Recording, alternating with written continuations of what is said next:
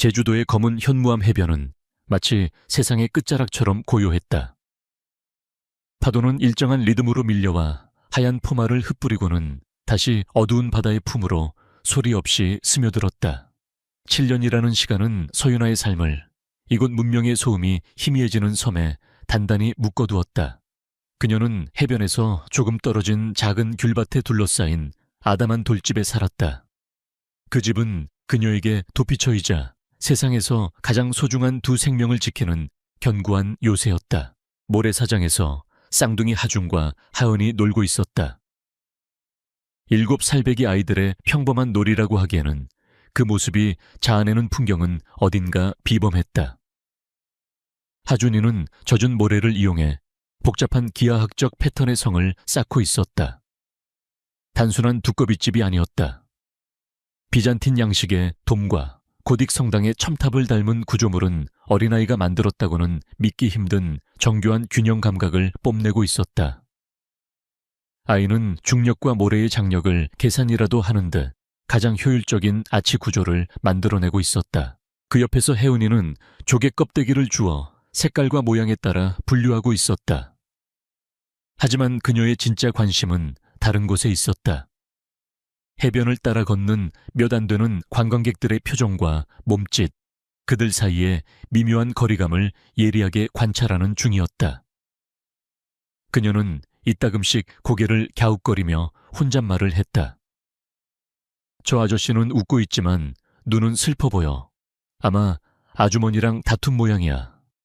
아이의 통찰력은 어른의 그것을 아득히 뛰어넘어 때로는 유나를 소름 돋게 만들었다. 유나는 벤치에 앉아 그런 아이들을 가만히 지켜보았다. 그녀의 얼굴에는 평온함이 깃들어 있었지만 그 평온은 얇은 유리막과 같아서 작은 충격에도 금이 갈 준비가 되어 있었다. 7년 전 모든 것을 버리고 이곳으로 도망쳐 온 날부터 단 하루도 완벽한 안식을 누려본 적이 없었다. 그녀는 아이들에게서 눈을 떼지 않았다. 그녀의 시선은 단순한 애정의 표현이 아니었다.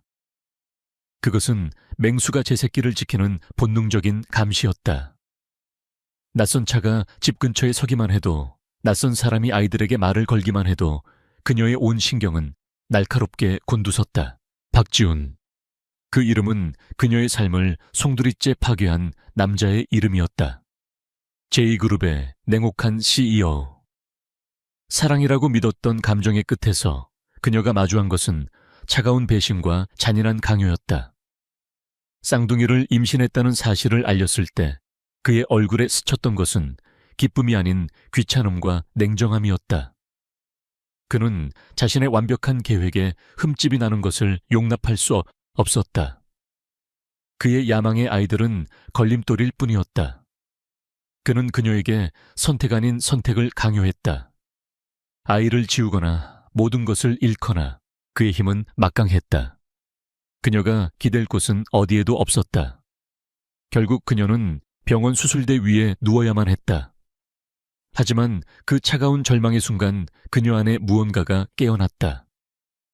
이대로 모든 것을 포기할 수는 없었다. 아이들을, 자신의 일부인 이 생명들을 그렇게 잃을 수는 없었다. 그녀는 의사가 잠시 자리를 비운 틈을 타 마지막 남은 힘을 쥐어짜 병원을 뛰쳐나왔다. 그리고 그 길로 아무런 연고도 없는 제주도로 향했다. 그것은 도망이면서 동시에 생존을 위한 처절한 싸움의 시작이었다. 엄마 파도가 해파리 한 마리를 데려왔어요. 혜은이의 맑은 목소리가 유나를 과거의 악몽에서 건져 올렸다. 아이는 투명한 해파리를 조심스럽게 나뭇가지로 건져 올리며 안타까운 표정을 짓고 있었다. 얘는 집으로 돌아가고 싶을 텐데 바다가 너무 넓어서 길을 잃었나 봐요.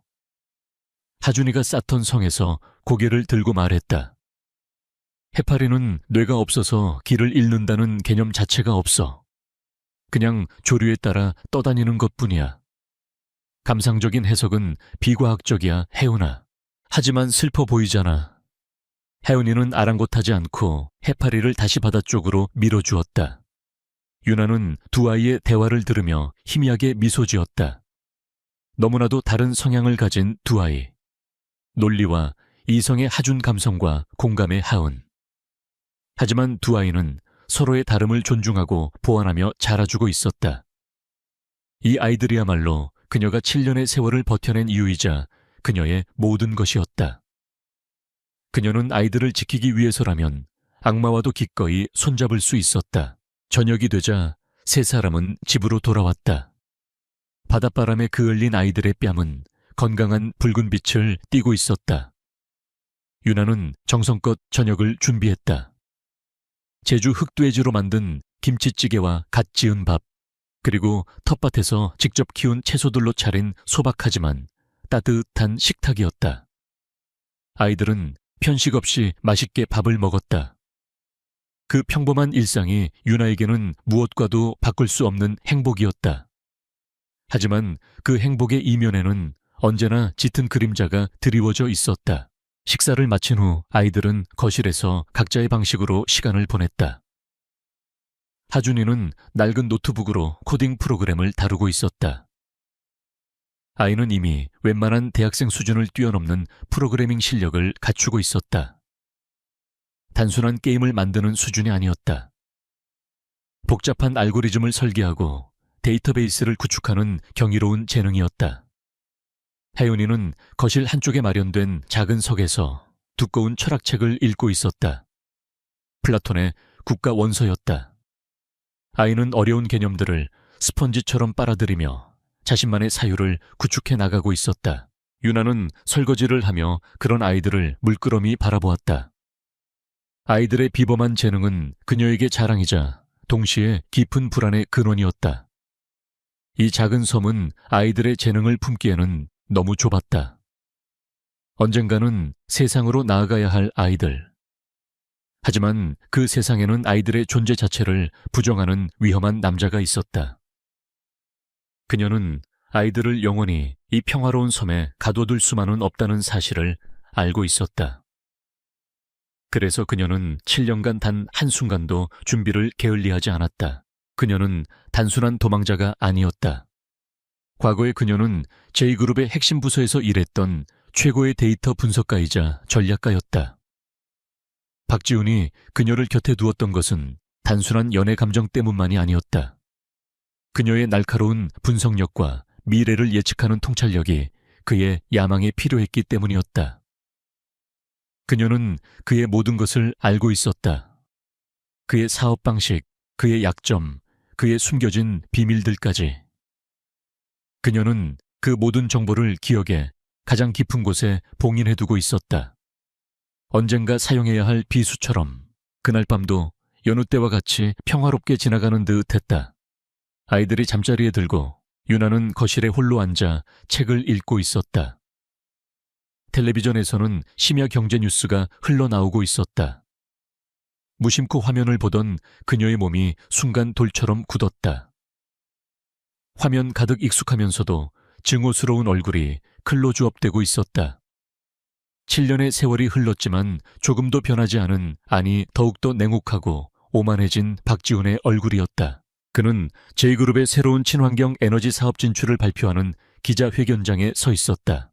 수많은 카메라 플래시 속에서도 그는 흔들림 없는 목소리로 자신의 비전과 야망을 역설했다. J그룹은 미래를 선도할 것입니다. 우리는 불가능에 도전하고 세상을 바꾸는 기업이 될 것입니다. 그의 목소리는 7년 전 그녀에게 아이를 지우라고 말하던 그때의 목소리와 똑같이 차갑고 단호했다. 유나는 숨을 쉴 수가 없었다. 심장이 얼음덩어리처럼 차갑게 식어가는 기분이었다. 뉴스 앵커는 박지훈을 시대를 이끄는 혁신적인 리더라며 극찬했다. 화면 속 그는 성공한 사업가, 존경받는 리더의 모습이었다. 하지만 유나의 눈에는 그의 가면 뒤에 숨겨진 악마의 모습이 보였다. 자신의 야망을 위해 갓 태어날 생명마저도 아무렇지 않게 제거하려 했던 잔인한 남자. 그는 여전히 세상의 정점에서 모든 것을 손에 쥔 채 군림하고 있었다. 그녀와 아이들이 이 외딴 섬에서 그림자처럼 살아가는 동안 그는 단 한순간의 죄책감도 없이 더욱더 높은 곳으로 올라가고 있었다. 그 순간 유나의 손에서 조용히 찻잔이 미끄러져 떨어졌다. 쨍그랑 날카로운 파여름이 고요한 밤의 정적을 갈랐다. 그녀는 바닥에 흩어진 사기 조각들을 멍하니 내려다보았다. 깨져버린 찻잔이 마치 자신의 위태로운 평화를 상징하는 것 같았다. 지난 7년간 애써 외면하고 억눌러 왔던 분노와 복수심이 뜨거운 용암처럼 속에서부터 끓어오르기 시작했다. 이대로는 안 된다. 언제까지고 이렇게 숨어 살 수는 없다. 그녀는 아이들을 위해서라도 더 이상 도망쳐서는 안 된다고 생각했다. 박지훈이라는 거대한 그림자가 존재하는 한 아이들의 미래는 결코 안전할 수 없었다. 언젠가 그가 아이들의 존재를 알게 된다면 그는 분명 자신의 완벽한 인생의 오점이 될 아이들을 가만두지 않을 터였다. 그녀는 아이들을 지켜야만 했다. 그러기 위해서는 더 이상 방어만 할 것이 아니라 먼저 공격해야만 했다. 그의 견고한 성을 무너뜨리고 그가 쌓아 올린 모든 것을 빼앗아야만 했다. 엄마 무슨 소리예요? 잠에서 깬 혜은이가 걱정스러운 얼굴로 방에서 나왔다. 유나는 재빨리 얼굴에서 모든 감정을 지우고 부드럽게 미소 지었다. 아무것도 아니야, 아가. 엄마가 실수로 컵을 깨뜨렸네. 어서 들어가서 자렴. 혜은이는 엄마의 얼굴을 유심히 살폈다. 아이의 눈은 모든 것을 꿰뚫어 보는 듯 했다. 엄마 아까 텔레비전에 나온 아저씨 때문에 그래요. 엄마 심장 소리가 너무 빨리 뛰었어요. 꼭 아주 무서운 걸 본 사람처럼요. 유나는 더 이상 아이 앞에서 거짓말을 할 수 없었다. 그녀는 딸아이를 조용히 끌어안았다. 아이의 작은 온기가 그녀의 얼어붙었던 심장을 조금이나마 녹여주었다. 그녀는 결심했다. 이제 때가 되었다. 7년간 갈고 닦은 칼을 뽑아야 할 시간이었다. 그녀의 가장 강력한 무기는 바로 그녀 자신과 그녀의 사랑하는 두 아이들이었다. 박지훈이 가장 하찮게 여겼던 존재, 그가 자신의 발밑에 있다고 믿었던 그 존재가 그의 심장을 향한 가장 날카로운 비수가 될 터였다. 그날 밤 서윤아는 뜬 눈으로 밤을 새웠다. 그녀의 머릿속에서는 수천 수만 개의 데이터 조각들이 맞춰지며 거대한 전략이 구축되고 있었다. 박지훈의 제국, J그룹의 모든 것, 재무제표 사업 구조 인맥, 그리고 숨겨진 비자금과 약점들. 7년 전 그녀가 마지막으로 분석했던 모든 정보들이 기억 속에서 생생하게 되살아났다. 이제 그 정보들을 업데이트하고 새로운 공격 루트를 설계해야 했다. 제주도의 평화로운 시간은 끝났다. 거대한 폭풍을 향해 나아갈 준비를 해야 할 시간이었다. 그녀의 눈빛은 더 이상 도망자의 불안함이 아닌 모든 것을 건 사냥꾼의 결의로 차갑게 빛나고 있었다. 다음 날 아침 제주의 태양은 어제와 다름없이 찬란하게 떠올랐다. 하지만 서윤아의 집을 감싸던 공기는 미묘하게 변해 있었다. 평온함의 껍질이 깨지고 그 자리에는 차갑고 날카로운 긴장감이 서려 있었다. 유나는 평소처럼 아이들의 아침을 준비했지만 그녀의 움직임은 이전보다 훨씬 더 절제되고 목적성이 뚜렷했다. 마치 거사를 앞둔 장수처럼 그녀의 모든 행동에는 낭비가 없었다. 그녀의 머릿속은 이미 거대한 체스판이 되어 수백 개의 말을 동시에 움직이고 있었다. 아침 식탁에서 유나는 아이들에게 뜬금없는 제안을 했다. 하준아, 혜원아, 우리 오늘부터 아주 재미있는 이야기, 게임을 해볼까? 아이들의 눈이 호기심으로 반짝였다. 혜은이가 먼저 물었다. 이야기 게임이요? 어떤 건데요? 유나는 부드럽게 미소 지었지만 그녀의 눈빛은 그 어느 때보다 진지했다. 옛날 옛적에 유리와 강철로 만들어진 아주 높은 성에 사는 냉정한 왕에 대한 이야기야. 그 왕은 아무도 믿지 않아서 수많은 비밀의 벽돌로 성을 지었대. 하준이가 즉시 반응했다. 비밀의 벽돌이라면 구조적 결함이 많겠네요. 외부 충격에 아주 취약한 구조예요. 유나는 아들의 날카로운 지적에 만족스러운 미소를 지었다.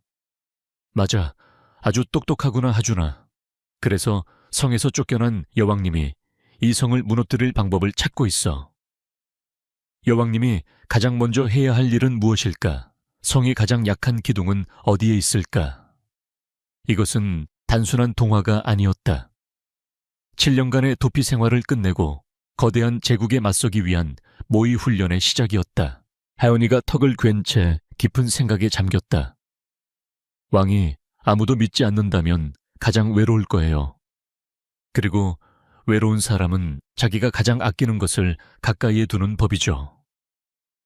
아마 왕의 침실이나 비밀 서재 같은 곳에 가장 중요한 비밀이 숨겨져 있을 거예요. 가장 약한 기둥은 물리적인 기둥이 아니라 왕의 마음속에 있는 가장 큰 두려움일지도 몰라요. 아이의 통찰은 유나의 예상을 뛰어넘었다. 혜은이는 이미 적의 심리를 파고드는 전략가의 자질을 보이고 있었다. 하준이는 다른 각도에서 접근했다. 아니야. 개인적인 감정은 변수가 너무 커. 가장 확실한 방법은 시스템을 공격하는 거야. 성의 물과 식량을 공급하는 수송로 성의 자금을 관리하는 회계장부성을 지키는 경비병들의 교대 시간표. 이런 데이터들을 분석하면 분명히 비정상적인 패턴이 보일 거야. 가장 약한 기둥은 가장 눈에 띄지 않는 곳, 모두가 당연하게 생각해서 신경 쓰지 않는 시스템의 허점이야. 논리와 데이터에 기반한 아들의 분석은 과거 제2그룹의 최고 분석가였던 유나 자신의 모습을 떠올리게 했다. 그날 이후 냉정한 왕의 성 이야기는 세 사람의 일상이 되었다. 유나는 아이들에게 제2그룹에 공개된 재무제표 사업보고서, 관련 뉴스 기사들을 성의 설계도와 왕국의 연대기라며 보여주었다. 아이들은 그것이 실제 존재하는 거대 기업의 정보라는 사실을 모른 채 순수한 지적 호기심으로 정보를 분석하고 파고들었다. 두 아이는 각자의 방식으로 제2그룹이라는 거대한 성의 구조를 해체하기 시작했다. 그들의 놀이는 세상에서 가장 위험하고 정교한 전쟁 준비였다. 같은 시간 서울의 중심 제2그룹 타워. 최상층에서는 냉정한 왕. 박지훈이 자신의 제국을 내려다보고 있었다. 통유리창 너머로 서울의 스카이라인이 장난감처럼 펼쳐져 있었다. 그의 집무실은 불필요한 장식 하나 없이 거대하고 차가웠다. 모든 것이 그의 성격을 반영하듯 기능적이고 권위적이었다. 그는 막 임원 회의를 마치고 돌아온 참이었다. 회의에서 그는 신규 프로젝트의 실적이 기대에 미치지 못했다는 이유로 담당 임원을 10분 넘게 공개적으로 질책했다. 변명은 필요 없습니다. 결과로 증명하십시오. 제2그룹의 무능한 자리가 설 자리는 없습니다. 그의 목소리에는 일말의 감정도 실려 있지 않았다. 그에게 직원이란 목표 달성을 위한 부품에 지나지 않았다. 부품이 제 기능을 하지 못하면 교체하면 그만이었다. 그의 그런 비정한 리더십은 제2그룹을 지금의 자리로 올려놓은 원동력이었지만 동시에 제국 내부에 수많은 적을 만드는 원인이기도 했다. 하지만 그는 신경 쓰지 않았다. 공포는 복종을 낳고 복종은 효율을 낳는다고 그는 굳게 믿었다.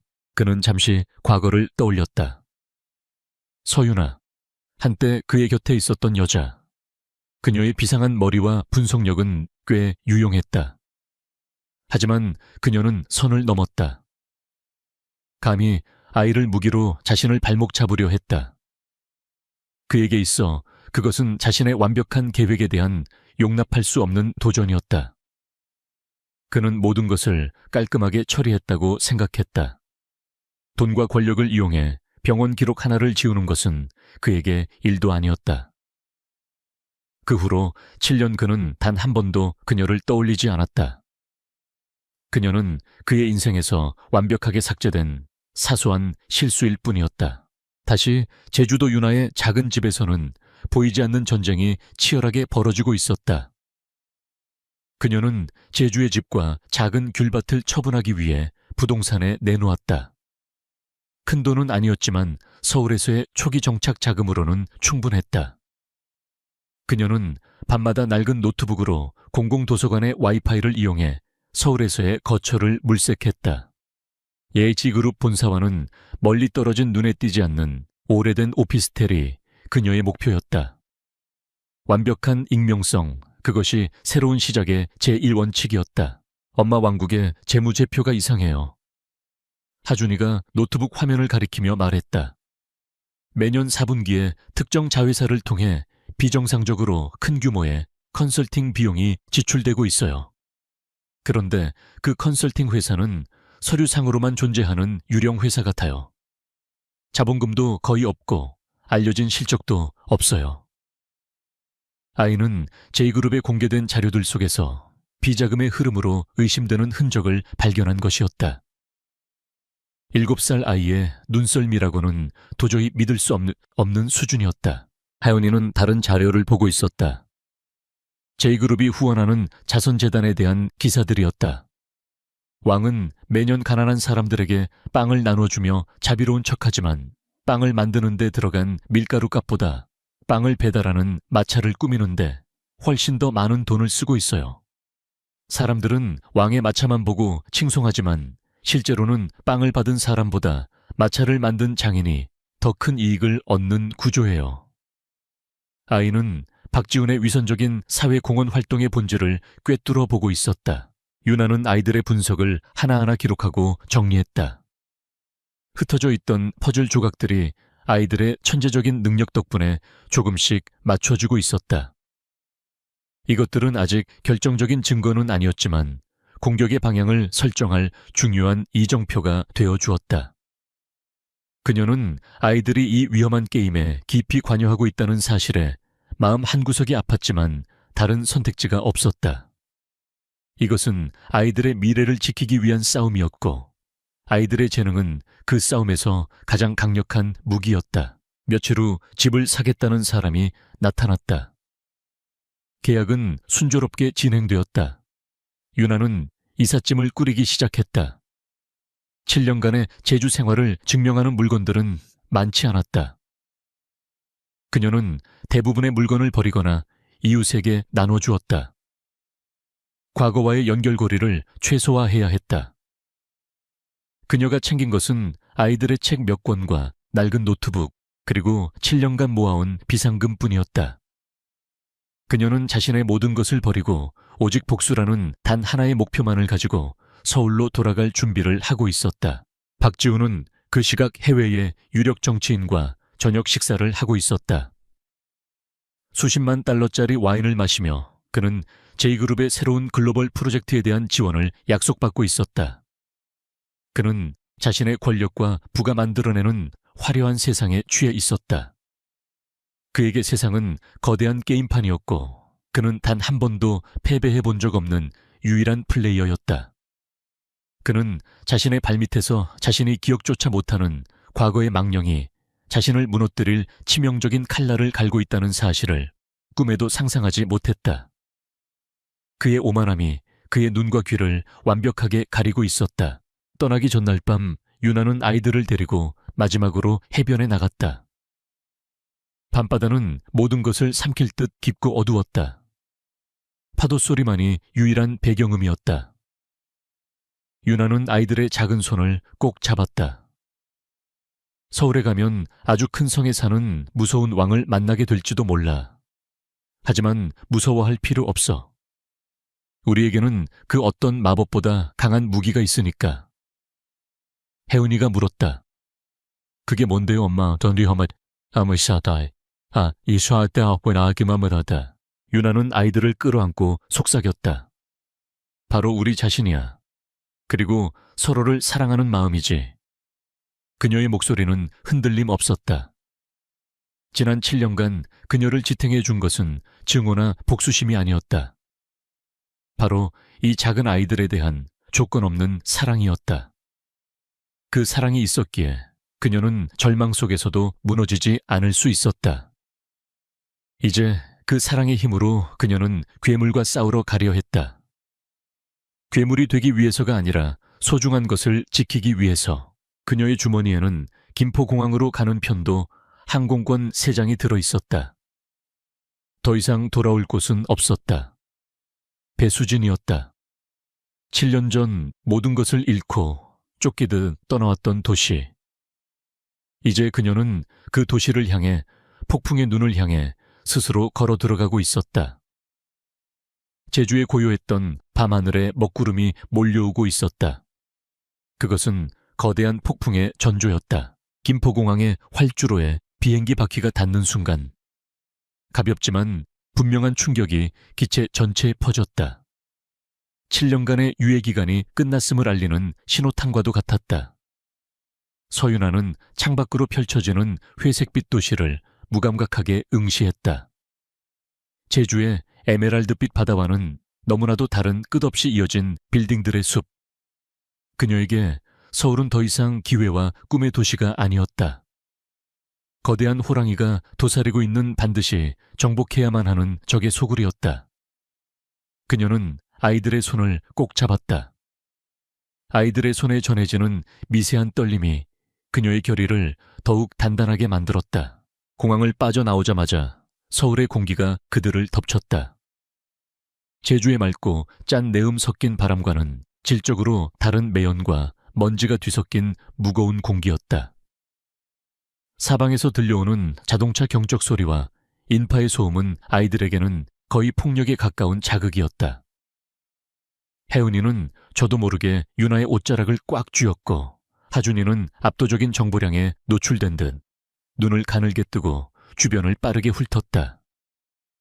이곳은 모든 것이 너무나도 빠르고 복잡하고 거대했다. 엄마, 사람들이 다 화가 난 것 같아요. 혜은이가 속삭였다. 아이의 눈에는 무표정하게 스쳐 지나가는 사람들의 얼굴이 모두 고통과 피로에 절어 있는 것처럼 보였다. 유나는 딸의 머리를 쓰다듬었다. 아니야, 혜은아. 그냥 모두들 아주 바쁜 것뿐이란다. 그녀는 거짓말을 했다. 어쩌면 아이의 말이 맞을지도 몰랐다. 욕망과 경쟁이 들끓는 이 도시에서 온전한 평온을 유지하기란 거의 불가능에 가까웠다.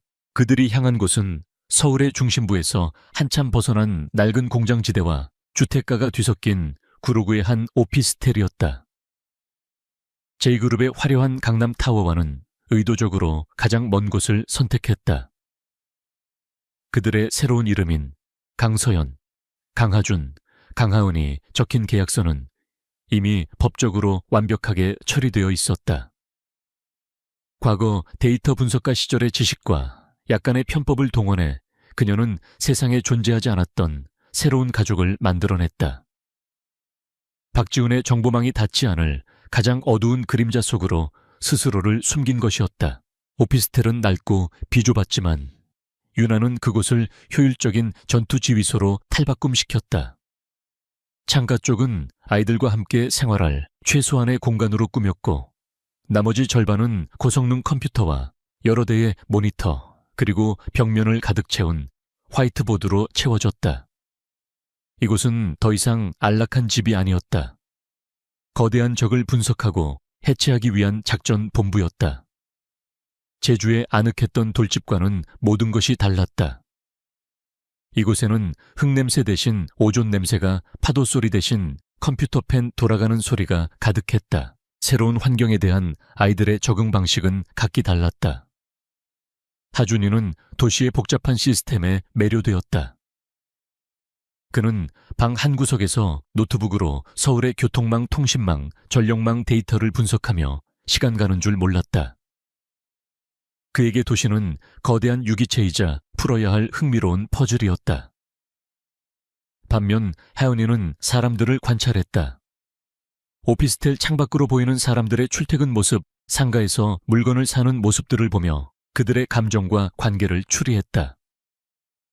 아이는 도시의 차가움 속에서 인간적인 온기를 찾아내려 애썼다. 본격적인 작전은 오라클 애널리틱스라는 이름의 작은 데이터 컨설팅 회사를 설립하는 것에서부터 시작되었다. 유나는 자신의 과거 경력을 철저히 숨긴 채 프리랜서로 활동해온 실력 있는 분석가라는 새로운 페르소나를 만들어냈다. 사업자 등록을 하고 최소한의 경비로 간소한 홈페이지를 만들었다. 포트폴리오를 채우기 위해 영세 자영업자들을 대상으로 무료 컨설팅을 몇 건 진행해주기도 했다. 그녀의 분석은 날카롭고 정확했기에 오라클 애널리틱스는 작지만 실력 있는 회사라는 입소문을 조금씩 타기 시작했다.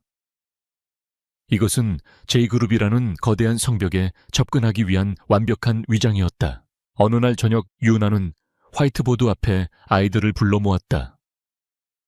화이트보드에는 J그룹의 로고가 중앙에 크게 그려져 있었고 그 주변으로 수십 개의 계열사와 관계사들의 이름이 거미줄처럼 뻗어 있었다. 냉정한 왕의 성게임이 이제 현실의 작전 브리핑으로 변한 순간이었다. 이제부터 우리의 첫 번째 임무를 시작할 거야. 이 거대한 성의 모든 문과 창문, 그리고 숨겨진 통로까지 전부 찾아내야 해. 즉, J그룹의 모든 공개된 디지털 정보를 수집하고 분석하는 거야. 임무가 주어지자 아이들의 눈빛이 달라졌다. 하준이는 키보드 위에서 춤을 추듯 손가락을 움직였다. 그는 뉴스 사이트 주식정보 포털 기업 공시 시스템, 심지어는 직장인 커뮤니티 사이트까지 J그룹과 관련된 모든 데이터를 긁어모으는 크롤링 스크립트를 즉석에서 만들어냈다.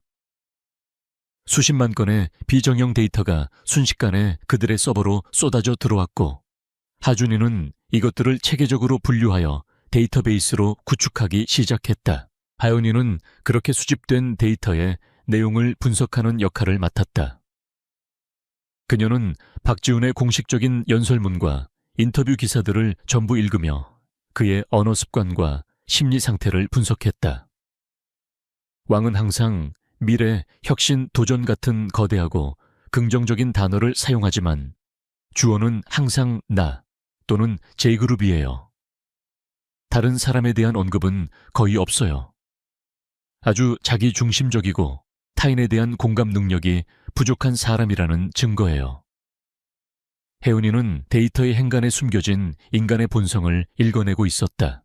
몇 주 동안 세 사람은 외부와의 접촉을 최소화한 채 데이터의 바다에 빠져 살았다. 오피스텔은 24시간 꺼지지 않는 컴퓨터의 열기와 세 사람의 뜨거운 집념으로 가득 찼다. 그 과정에서 J그룹이라는 제국의 실체가 조금씩 윤곽을 드러냈다. 표면적으로는 완벽하고 견고해 보였지만 그 이면에는 수많은 모순과 균열들이 존재했다. 방만한 계열사 관리, 과도한 부채 비율, 그리고 임원들 간에 보이지 않는 권력 다툼의 흔적들. 그러던 어느 날 밤 하준이가 의미심장한 발견을 했다. 엄마, 이상한 점을 찾았어요. 그는 모니터 하나를 가리켰다. 화면에는 J그룹의 수많은 물류, 자회사 중 하나인 J로지스틱스의 실적 보고서가 띄워져 있었다. 이 회사는 그룹 내에서도 아주 작은 규모의 회사인데 지난 3년간 매출이 꾸준히 급상승했어요. 그런데 이상한 건 이 회사의 언론 노출, 빈도나 업계 평판은 거의 제로에 가까워요. 마치 유령처럼 실적만 존재하고 실체는 없는 느낌이에요. 유나의 눈빛이 날카로워졌다. 그녀는 즉시 관련 데이터들을 교차 분석하기 시작했다. 하준이의 말대로였다. J로지스틱스는 비상장 회사였고 공개된 정보가 극히 제한적이었다. 하지만 공시된 파트너사들의 자료를 역추적한 결과 그들의 주된 거래처가 대부분 J그룹의 다른 핵심 계열사들이라는 사실을 알아냈다. 이것은 전형적인 내부 거래를 통한 매출 부풀리기 수법일 가능성이 높았다. 그리고 이런 행위의 뒤에는 대부분 비자금 조성이나 탈세 같은 더 큰 목적이 숨어있기 마련이었다. 잘했어, 하준아. 유나는 아들의 머리를 쓰다듬었다. 그녀의 목소리에는 흥분과 자부심이 섞여 있었다. 드디어 발견한 것이다. 거대한 성의 단단한 외벽에 난 첫 번째 균열. 아주 작고 부키, 얀한 실금이었지만 그것을 집요하게 파고들면 성 전체를 무너뜨릴 수도 있는 치명적인 약점이 될 수 있었다. 혜은이도 옆에서 거들었다. J로지스틱스의 대표이사는 박지훈 회장의 먼 친척이에요. 하지만 그룹 내에서는 거의 알려지지 않은 인물이에요. 왕이 가장 믿을 만한 허수아비를 세워둔 게 아닐까요? 모든 정황이 하나의 가설을 가리키고 있었다.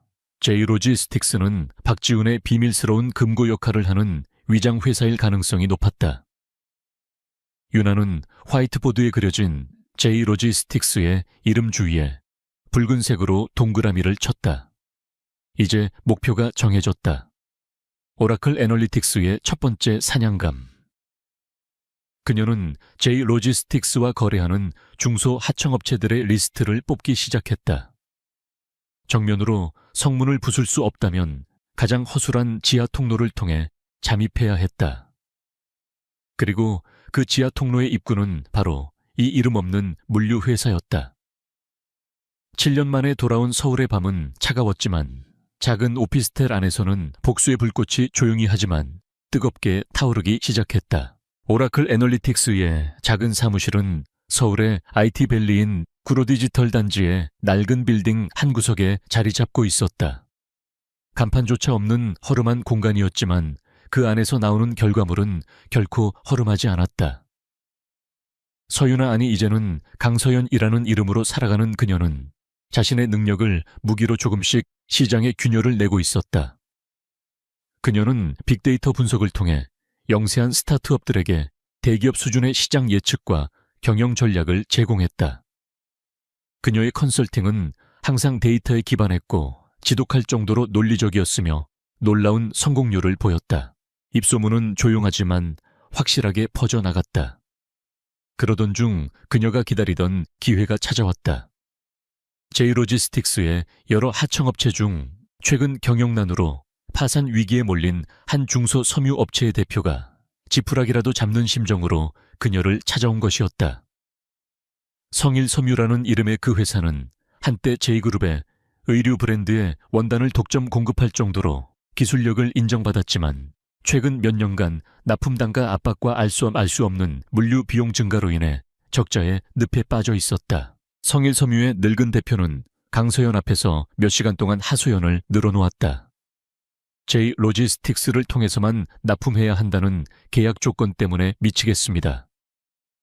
그들이 청구하는 물류비는 다른 업체의 2배가 넘는데 항이라도 할라치면 바로 계약을 끊어버리겠다고 으름장을 놓으니 그의 이야기 속에서 윤아는 제이그룹의 전형적인 갑질 행태와 더불어 제이 로지스틱스가 하청업체들을 어떻게 쥐어짜고 있는지를 확인할 수 있었다.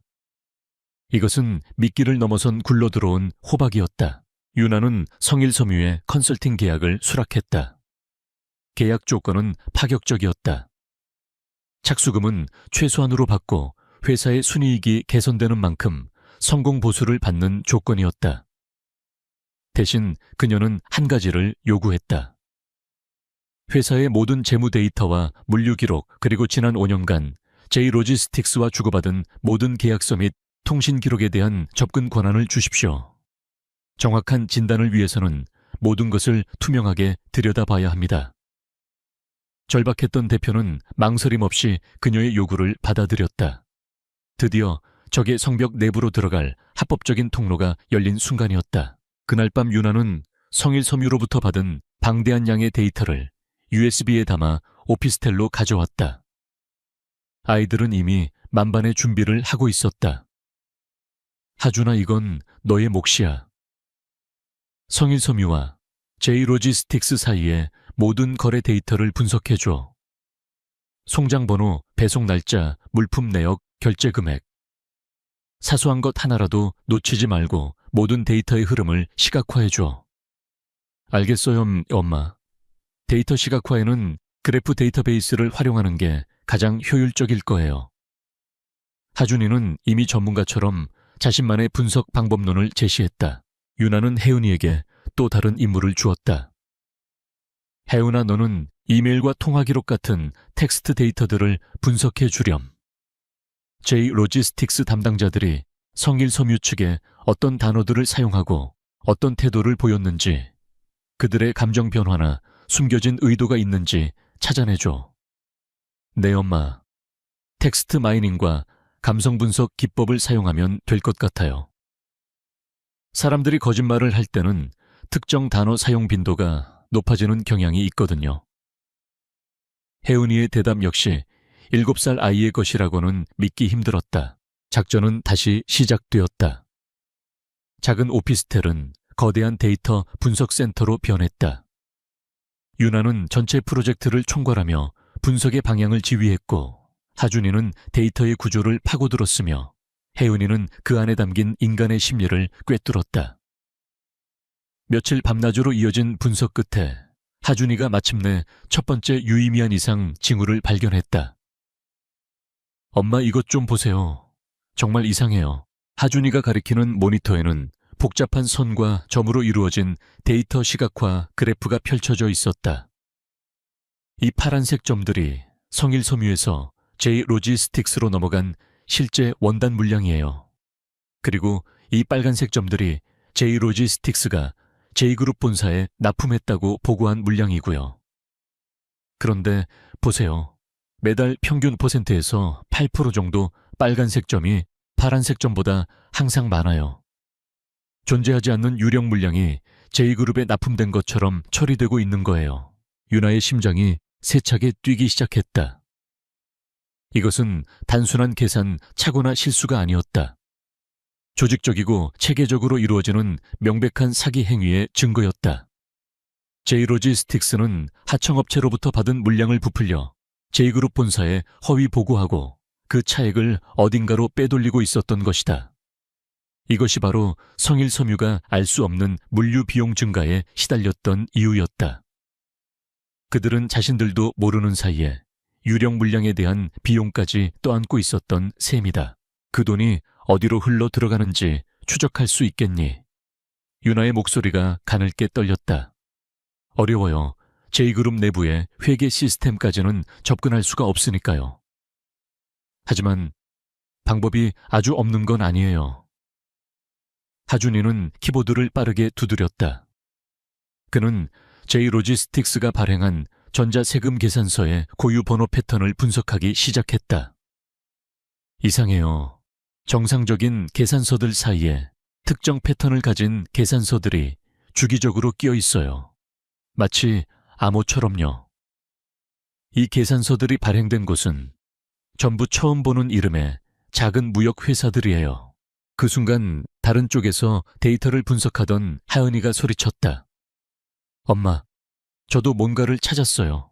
하은이는 J-로지스틱스의 물류팀장과 성일섬유 대표 간의 이메일 내용을 보여주었다. 대부분은 딱딱한 업무 관련 내용이었지만 특정 날짜, 주고받은 메일에는 이상한 구절이 포함되어 있었다. 이번 달 불사조는 예정대로 남쪽 창고로 보내주시면 됩니다. 알겠습니다. 황금알은 잘 챙겨주시리라 믿습니다. 불사조 황금알, 남쪽 창고. 어린아이의 동화에나 나올 법한 단어들이었다. 하지만 하은이는 그것이 은어라는 것을 직감했다. 이 메일이 오고 간 날짜가 하준이가 찾아낸 이상한 세금 계산서가 발행된 날짜와 정확히 일치해요. 모든 퍼즐 조각이 하나의 그림으로 맞춰지는 순간이었다. J-로지스틱스는 불사조나 황금알 같은 암호를 이용해 유령 물량을 만들어내고 그 대금을 유령 회사를 통해 빼돌려 비자금을 조성하고 있었던 것이다. 프로젝트 피닉스 불사조. 7년 전 유나가 J그룹을 떠나기 직전 박지훈이 극비리에 추진하던 정체불명의 프로젝트 이름이 뇌리를 스치고 지나갔다. 유나는 온몸에 소름이 돋았다. 이것은 단순한 계열사의 비리를 넘어 박지훈이 직접 관여하는 거대한 범죄 네트워크의 일부일 가능성이 높았다. 그녀는 첫 번째 드릴로 안반을 뚫는 데 성공했다. 그리고 그 구멍 너머에서 거대한 지하 동굴의 입구를 발견한 것이었다. 아직은 희미한 그림자뿐이었지만 그 끝에 박지훈이 있다는 것을 직감할 수 있었다. 그녀는 성일섬유 대표에게 전화를 걸었다. 대표님, 회사를 살릴 방법을 찾은 것 같습니다. 제가 드리는 제안을 받아들이신다면 회사는 다시 일어설 수 있을 겁니다. 하지만 그 과정은 아주 험난하고 위험할 수 있습니다. 그녀는 발견한 사실을 모두 말하지 않았다. 대신 J로지스틱스의 부당한 회계 처리에 대한 증거를 확보했으며 이를 이용해 J그룹과의 협상에서 유리한 고지를 점할 수 있다고만 설명했다. 잃을 것이 없었던 늙은 대표는 그녀를 전적으로 신뢰하기로 했다. 첫 번째, 아군을 확보한 셈이었다. 그녀는 작전의 다음 단계를 구상하기 시작했다. 이제 이 작은 균열을 어떻게 확대시켜 제국 전체를 흔들 것인가? 직접 J그룹을 공격하는 것은 아직 자살 행위나 다름없었다. 대신 이 정보를 이용해 보이지 않는 파도를 만들어야 했다. J그룹의 경쟁사들 불만을 품은 내부자들, 그리고 진실을 좇는 언론. 그녀는 이 모든 것을 이용해 박지훈의 성을 외부와 내부에서 동시에 공격할 계획을 세웠다. 작은 데이터 컨설팅 회사 오라클 애널리틱스는 이제 J그룹의 심장을 겨누는 보이지 않는 창끝이 되어 조용히 다음 공격을 준비하고 있었다. 성일섬유로부터 얻어낸 J로지스틱스의 내부 데이터는 날카롭게 벼려진 비수였지만 서윤아는 그 칼을 함부로 휘두를 생각이 없었다. 섣부른 공격은 상대를 쓰러뜨리기는커녕 자신의 위치만 노출시킬 뿐이라는 것을 과거 J그룹의 전략가였던 그녀는 누구보다 잘 알고 있었다. 그녀의 목표는 박지훈을 단칼에 베는 것이 아니었다. 그의 제국을 서서히 하지만 확실하게 고사시키는 것. 보이지 않는 독처럼 그의 시스템 전체에 퍼져나가 그가 스스로 무너지게 만드는 것이었다. 그녀는 며칠 동안 오피스텔에서 두문불출하며 새로운 보고서를 작성했다. 오라클 애널리틱스의 이름이 아닌 진실을 추구하는 익명의 분석가 그룹이라는 가상의 주체를 내세웠다. 보고서의 제목은 대한민국 물류산업의 시스템적 리스크 분석 J로지스틱스 사례를 중심으로 라는 지극히 학술적이고 건조한 제목을 붙였다. 그 안에는 J로지스틱스의 유령 물량 데이터와 허위 세금 계산서 패턴 분석이 담겨 있었지만 비자금 조성이나 횡령 같은 직접적인 단어는 단 한마디도 사용하지 않았다. 대신 그녀는 철저히 데이터에 기반하여 의문을 제기하는 방식을 택했다. 해당 데이터의 불일치는 심각한 내부 통제 시스템의 부재를 시사하며 이는 J그룹 전체의 공급망 신뢰도에 대한 의문으로 이어질 수 있다. 이러한 비정상적 회계 처리가 상장 모기업인 J그룹의 주주 가치를 훼손할 가능성에 대해 면밀한 검토가 필요하다. 그녀의 문장은 감정을 배제한 채 오직 팩트와 논리만으로 상대의 허점을 파고들었다. 보고서는 개인적인 원한이 담긴 폭로문이 아닌 냉철한 전문가의 경고문처럼 보이도록 치밀하게 설계되었다. 보고서가 완성되자 그녀는 유포 단계를 준비했다. 여러 공공 와이파이를 옮겨다니며 다중 VPN으로 IP 주소를 세탁하고 암호화된 일회용 이메일 계정을 수십 개 생성했다.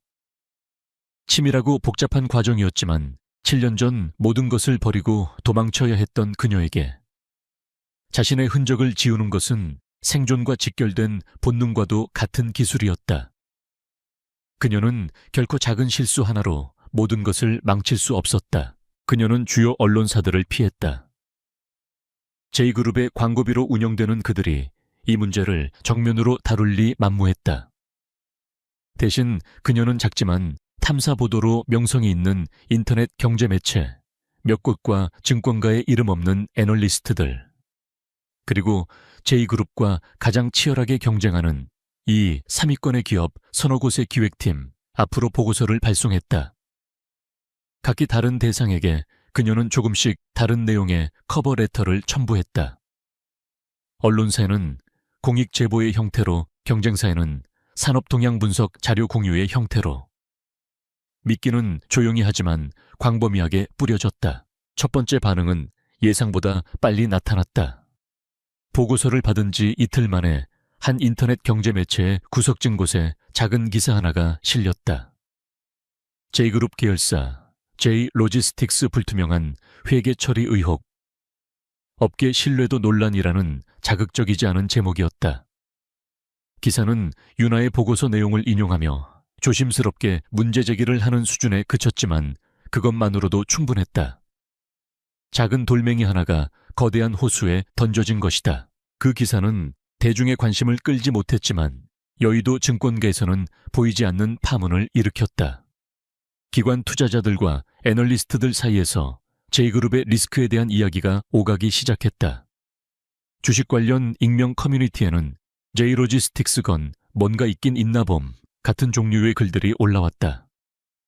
J그룹의 주가는 아주 미미하게 거의 눈에 띄지 않을 정도로 하락했다. 하지만 그 작은 움직임은 제국의 견고한 성벽에 첫 번째 균열이 가기 시작했음을 알리는 전조였다. 한편 J그룹 타워의 박지훈은 비서실장으로부터 해당 기사에 대한 보고를 받았다. 그는 기사 전문을 읽지도 않고 짜증스럽게 서류를 밀어냈다. 이런 삼류 찌라시까지 내게 보고해야 합니까? 당장 법무팀에 연락해서 명예훼손으로 고소하고 언론중재위원회에 제소하세요. 광고도 전부 끊어버리고 다시는 J그룹에 대해 함부로 지저대지 못하게 본보기를 보여주세요. 그의 반응은 오만함 그 자체였다. 그는 이 작은 소란이 자신의 제국에 어떤 위협이 될 수 있다고는 상상조차 하지 않았다. 하지만 며칠 뒤 그를 정말로 분노하게 만드는 사건이 터졌다. 정부가 발주하는 대규모 스마트 물류 단지 건설 사업자 입찰에서 J그룹이 유력한 후보였음에도 불구하고 근소한 차이로 경쟁사인 H그룹에 밀려 탈락한 것이다. H그룹은 최종 프레젠테이션에서 J그룹의 공급망 안정성에 대한 의문을 교묘하게 제기했고 심사위원들에게 그 부분이 부정적인 영향을 미쳤다는 후문이 들려왔다. 익명의 보고서가 경쟁사의 손에 들어가 치명적인 무기로 사용된 결과였다. 박지훈은 자신의 집무실에서 불같이 화를 냈다. 그는 최고급 크리스탈 잿더리를 벽에 집어 던졌다. 감히 누가 내 뒤통수를 친 거지. H그룹 짓인가? 아니면 내부에 배신자가 있는 건가? 당장 보안팀과 감찰팀을 총동원해서 이 정보의 출처를 찾아내 쥐새끼 한 마리까지 전부 뒤져서 내 앞에 끌고 와. 그의 분노는 하늘을 찔렀지만 그 분노의 방향은 완전히 잘못되어 있었다. 그는 여전히 자신과 동급의 거대한 경쟁자나 권력 다툼을 벌이는 내부의 적을 의심하고 있었다. 그의 지시에 따라 J그룹은 발칵 뒤집혔다. 감찰팀은 임원들의 통화 기록과 이메일을 검열하기 시작했고 보안팀은 경쟁사 주변을 샅샅이 뒤졌다. 무고한 직원들이 의심을 받고 내부적인 불신과 공포가 J그룹 전체에 퍼져나갔다. 윤아가 의도했던 대로였다. 그녀가 던진 작은 돌멩이는 이제 J그룹 내부에서 서로를 의심하고 핥히는 거대한 파도를 만들어내고 있었다. 박지훈은 보이지 않는 적의 공격에 스스로의 살을 깎아먹으며 대응하고 있었던 것이다. 작은 오피스텔, 안윤아와 아이들은 그 모든 상황을 조용히 모니터링하고 있었다. 그들은 실시간으로 J그룹의 주가 변동 관련 뉴스, 그리고 익명 커뮤니티의 반응을 지켜봤다. 혜연이가 말했다. 엄마 왕이 아주 많이 화가 났어요. 그런데 엉뚱한 곳에다 화풀이를 하고 있어요. 성벽에 난 작은 구멍을 막을 생각은 안 하고 성 안의 병사들만 닥달하고 있는 셈이에요. 그게 바로 오만함이라는 거야. 윤아가 차분하게 대답했다. 그는 자신이 공격당할 수 있다는 사실 자체를 인정하지 못하는 거지. 그래서 항상 자신보다 약하다고 생각하는 존재들은 용의선상에서 제외하는 거고, 이것은 시작에 불과했다. 첫 번째 파도는 성공적이었다. 이제 그녀는 두 번째, 세 번째 파도를 준비해야 했다. 그녀는 성일섬유 외에도 J로지스틱스로부터 부당한 대우를 받은 다른 하청업체들의 리스트를 가지고 있었다. 그들 중 일부를 익명으로 접촉해 추가적인 증거를 확보할 수도 있었다. 또한 J그룹 내부의 불만 세력을 자극할 새로운 정보를 흘릴 수도 있었다. 그녀가 사용할 수 있는 카드는 아직 많이 남아 있었다. 그녀는 모니터에 떠있는 박지훈의 사진을 차갑게 응시했다. 사진 속 그는 여전히 자신만만하고 냉정한 제왕의 모습이었다. 그는 아직 모를 것이다. 7년 전 자신이 벌레처럼 짓밟아 버렸다고 생각했던 한 여자가 그의 제국을 좀먹는 보이지 않는 유령이 되어 돌아왔다는 사실을. 그리고 그 유령의 곁에는 그의 피를 물려받은 세상에서 가장 뛰어난 2명의 조력자가 함께하고 있다는 사실을. 제국의 거대한 성벽 아래에서 보이지 않는 균열은 조용히 하지만 멈추지 않고 계속해서 넓어지고 있었다. 서윤아가 일으킨 첫 번째 파문은 제2그룹이라는 거대한 선박에 눈에 띄는 손상을 입히지는 못했다. 하지만 선체 바닥에 보이지 않는 균열을 만들었고 그 틈으로 바닷물이 서서히 스며들기 시작했다. 제2그룹 내부의 분위기는 눈에 띄게 살벌해졌다. 박지훈의 불호령 아래 임직원들은 서로를 감시하고 의심했으며 작은 실수 하나에도 혹독한 책임 추궁이 뒤따랐다. 제국의 효율성은 공포 속에서 유지되었지만 창의성과 활력은 급속도로 사라져갔다. 윤하는 두 번째 공격을 준비했다. 이번 목표는 제2그룹이 야심차게 추진하던 유망 바이오 스타트업 인수합병 건이었다. 그녀는 오라클 애널리틱스에 의해 이름으로 해당 스타트업의 소액 주주 중 한 명에게 재무 컨설팅을 제공하며 자연스럽게 내부 정보에 접근했다. 그리고 제2그룹의 과거 인수합병 사례들을 분석한 날카로운 보고서를 작성했다. 보고서는 제2그룹이 기술력 있는 중소기업을 인수한 뒤 핵심 기술만 빼먹고 나머지는 공중 분해시키는 소위 기술 탈취형 M&A의 패턴을 명확하게 보여주었다. 이번에도 그녀는 익명을 이용했다. 하지만 유포 방식은 더욱 정교해졌다. 그녀는 보고서를 언론이나 경쟁사에 흘리지 않았다. 대신 인수 대상인 바이오 스타트업의 이사회 멤버들과 핵심 연구원들에게만 개인적으로 발송했다. 제2그룹이라는 거대한 골리앗에 대한 불안감과 의구심을 심어주기 위한 고도의 심리전이었다. 그녀의 전략은 정확히 적중했다. 제2그룹과의 계약에 들떠있던 스타트업 내부에 분열이 일어나기 시작했고 핵심 연구원들은 기술 유출을 우려해 인수에 반대하고 나섰다. 결국 막판 협상 단계에서 인수합병은 무산되었다. 연이은 사업 차질에 박지훈의 분노는 극에 달했다. 그는 긴급 임원회의를 소집해 담당 부사장을 모든 임원이 보는 앞에서 해고해버렸다. 그 부사장은 20년간 제2그룹에 충성을 바쳐온 인물이었지만 박지훈에게는 실패한 부품에 불과했다. 제2그룹의 패배는 용납되지 않습니다. 결과로 증명하지 못하는 자는 누구든 이 자리에서 사라져야 할 것입니다. 그의 살벌한 선언에 회의실은 얼음장처럼 차갑게 얼어붙었다. 공포는 더욱 깊어졌고 제국은 안에서부터 삐걱거리기 시작했다. 박지훈은 이 모든 사태의 배후에 강력한 경쟁자 H그룹이 있다고 거의 확신하고 있었다. 보이지 않는 정보전 치밀한 심리전. 이것은 개인이 할 수 있는 일이 아니라고 그는 판단했다. 그의 의심은 합리적이었지만 진실에서는 너무나도 멀리 떨어져 있었다. 그의 상상 속에서 7년 전 자신이 버린 여자는 존재하지 않았고 그녀가 낳았을지도 모를 아이들은 더더욱 존재하지 않았다. 그의 오만함이 만들어낸 거대한 맹점이었다.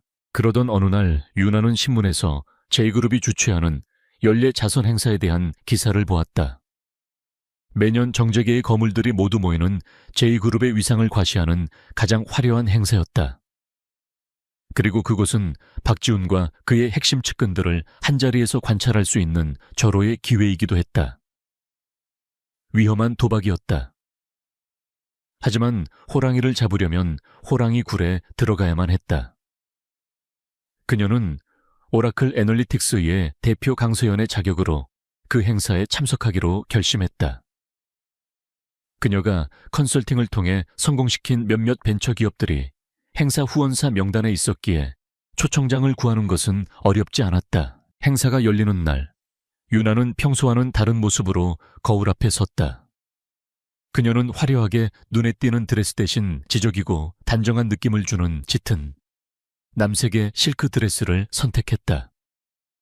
화장은 최소한으로 했고 머리는 깔끔하게 올려 묶었다. 그녀의 목표는 파티의 주인공이 되는 것이 아니었다. 사냥감을 관찰하기 위해 인파 속에 완벽하게 녹아드는 것, 그것이 그녀의 목적이었다. 그녀는 자신의 심장이 세차게 뛰는 것을 느꼈다. 7년 만에 그녀는 박지훈을 자신의 두 눈으로 직접 마주하게 될 터였다. 행사장은 상류층의 위선과 허영으로 가득 차 있었다. 수억 원을 호가하는 보석과 명품으로 치장한 사람들이 가난한 아이들을 돕는다며 샴페인 잔을 부딪히고 있었다. 유나는 그 역겨운 풍경에 잠시 현기증을 느꼈지만 이내 냉정을 되찾았다. 그녀는 행사장 구석에 자리를 잡고 마치 처음 이런 자리에 와서 어색해하는 신생기업 대표처럼 조용히 사람들을 관찰하기 시작했다. 그녀의 눈은 끊임없이 움직이며 인물들의 관계도와 권력의 역학을 분석하고 있었다. 그리고 마침내 그가 나타났다. 제2그룹의 회장 박지훈. 그는 수많은 사람들에게 둘러싸여 있었지만 그의 주변에는 보이지 않는 장벽이 있는 듯 했다. 그는 사람들의 아첨 섞인 인사를 받으며 간결하게 고개를 끄덕일 뿐 누구에게도 따뜻한 미소를 보여주지 않았다. 그는 여전히 제국의 냉정한 왕이었다. 유나는 숨을 죽였다. 7년의 세월은 그의 얼굴에 차가운 권위와 오만함을 더욱 깊게 새겨놓았지만 그녀를 향해 잔인한 말을 내뱉던 그 눈빛만은 변하지 않았다. 유나는 의도적으로 그의 동선을 따라 움직였다. 그에게 접근할 생각은 없었다. 그저 그의 주변 인물들을 확인하고 그들의 대화를 엿듣기 위함이었다. 그녀는 박지훈이 잠시 혼자 음료가 있는 바로 향하는 것을 포착했다. 절호의 기회였다. 그녀는 최대한 자연스럽게 그를 따라 바로 향했다. 심장이 터질 것 같았지만 그녀의 표정은 완벽하게 평온했다. 그녀는 그에게 등을 보인 채 바텐더에게 물 한 잔을 주문했다. 그 순간이었다. 박지훈이 그녀의 바로 옆자리에 섰다. 아주 가까운 거리. 그의 값비싼 향수 냄새가 그녀의 코끝을 스쳤다. 7년 전 그녀를 절망으로 몰아넣었던 바로 그 향기였다. 유나는 온몸의 피가 차갑게 식는 것을 느꼈다. 박지훈이 주문한 위스키를 받아들고 돌아서는 순간 두 사람의 시선이 허공에서 부딪혔다. 시간은 찰나였지만 유나에게는 영원처럼 느껴졌다. 박지훈의 눈이 순간 미세하게 커졌다. 그의 얼굴에 당혹감과 혼란스러움이 스쳐 지나갔다. 그는 눈앞의 여자에게서 설명할 수 없는 기시감을 느꼈다. 낯선 얼굴이었지만 그 여자의 눈빛이 너무나도 익숙했다. 두려움 없이 자신을 똑바로 응시하는 차갑고도 깊은 그 눈빛. 그의 기억 저편 아주 깊숙한 곳에 묻어두었던 한 여자의 마지막 눈빛과 겹쳐졌다. 하지만 그의 이성은 즉시 그 가능성을 부정했다. 말도 안 되는 소리. 죽은 사람이 살아 돌아올 리도 없고 그 여자가 이런 자리에 있을 리도 만무했다. 그는 자신의 혼란을 감추기 위해 가볍게 고개를 숙여 보이고는 아무 일 없었다는 듯 몸을 돌려 인파 속으로 사라졌다. 하지만 그의 발걸음은 평소보다 조금 서툴렀고 그의 등에는 식은땀이 흐르고 있었다. 유나는 그 자리에 못 박힌 듯 서서 그가 사라진 방향을 응시했다. 그녀는 해냈다. 괴물의 눈을 정면으로 마주하고도 그녀는 도망치지 않았다. 오히려 그녀의 눈빛은 괴물의 심장에 작은 의심의 씨앗을 심는 데 성공했다. 그녀의 심장은 여전히 미친 듯이 뛰고 있었지만 입가에는 희미한 미소가 걸려 있었다. 그날 밤 행사를 마친 박지호는 자신의 집무실에 홀로 앉아 있었다. 그는 좀처럼 담배를 피우지 않았지만 그날은 영업 후 담배를 피워 물었다. 자선 행사에서 마주쳤던 그 여자의 눈빛이 계속해서 그의 뇌리를 떠나지 않았다. 단순한 착각이라고 피곤해서 헛것을 본 것이라고 스스로를 다그쳤지만 찝찝한 기분은 사라지지 않았다. 그는 비서실장에게 전화를 걸었다. 오늘 자선 행사 참석자 명단 전부 다시 확인해. 강서연이라는 이름 오라클 애널리틱스 대표. 그 여자에 대해 알아봐. 아주 사소한 것까지 전부. 같은 시각 유나는 오피스텔로 돌아와 아이들이 잠든 것을 확인하고 나서야 긴장의 끈을 놓을 수 있었다. 온몸에 힘이 빠져나가며 주저앉고 싶었지만 그녀는 버텨냈다. 오늘의 만남은 시작에 불과했다. 박지훈은 이제 그녀의 존재를 어렴풋이 인지하기 시작했다. 이것은 위기이자 동시에 기회였다. 의심의 그림자는 이제 그의 발밑에 짙게 드리워지기 시작했고 그녀는 그 그림자를 이용해 그의 이성을 조금씩 잠식해 들어갈 것이었다. 싸움은 새로운 국면으로 접어들고 있었다. 박지훈이 비서실장에게서 받아든 강서연에 대한 조사 보고서는 지극히 평범했다. 보고서 속에 강서연은 몇 년 전 서울로 올라와 작은 컨설팅 회사를 차린 실력 있는 프리랜서 출신의 사업가일 뿐이었다. 학력, 경력, 재산 관계 그 어떤 것에서도 의심스러운 점은 발견되지 않았다. 그녀의 과거는 합법적인 테두리 안에서 완벽하게 조작되어 있었다. 박지훈은 미간을 찌푸렸다. 그날 밤 행사장에서 느꼈던 섬뜩한 기시감은 단순한 착각이었단 말인가. 그는 보고서를 책상 위에 던졌다. 어쩌면 자신이 최근에 연이은 사업 차질 때문에 너무 예민해져 있는지도 모른다고 생각했다. 그의 거대한 자의식은 7년 전 자신이 내쳤던 여자가 이런 식으로 자신을 위협할 수 있다는 가능성 자체를 상상하지 못하도록 막고 있었다. 그는 강서연이라는 이름을 머릿속에서 지워버리기로 했다. 제2그룹을 공격하는 보이지 않는 적은 H그룹이거나 내부의 배신자여야만 했다. 그렇지 않으면 자신의 완벽한 세상에 균열이 생기는 것을 인정하는 셈이었으니까. 그의 방심은 유나에게 더없이 좋은 기회의 창을 열어주었다. 같은 시각 유나의 오피스텔에서는 새로운 분석 작업이 한창이었다.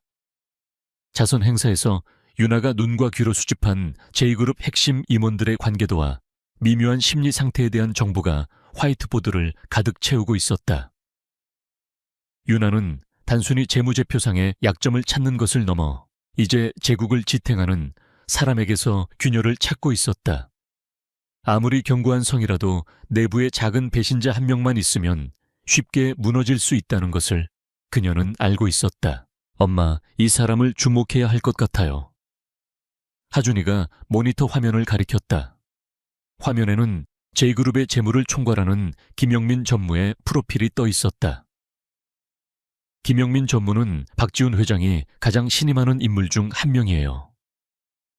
20년 넘게 제2그룹의 재무를 담당했고 그룹의 비밀, 금고지기 역할을 하는 것으로 알려져 있죠. 하지만 그의 개인 재무 기록을 보면 이상한 점이 있어요.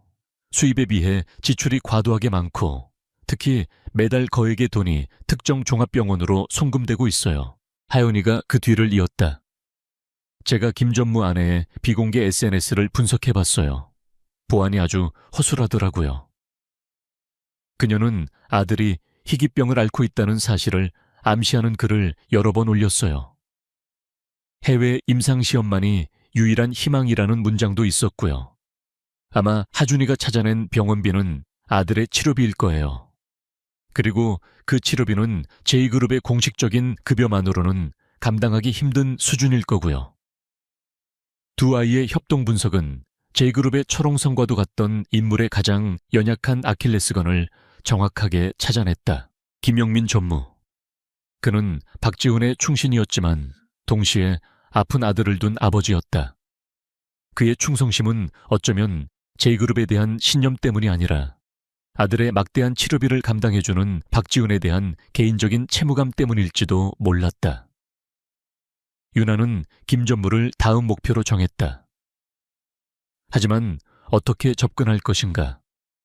그의 비리를 폭로하겠다고 협박하는 것은 최악의 방법이었다. 그는 아들을 지키기 위해 오히려 박지훈에게 모든 것을 털어놓고 더 깊은 충성을 맹세할 가능성이 높았다. 그때 혜은이가 조심스럽게 입을 열었다. 엄마 왕에게 황금으로 충성심을 산 기사는 더 큰 황금으로는 배신하게 만들 수 없어요. 하지만 그 황금이 독이 묻어있다는 걸 알려주면 어떨까요?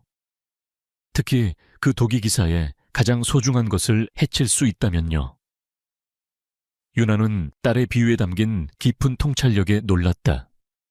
위협이 아닌 양심과 부성애를 자극하는 방법. 그것이 김영민을 흔들 수 있는 유일한 열쇠였다.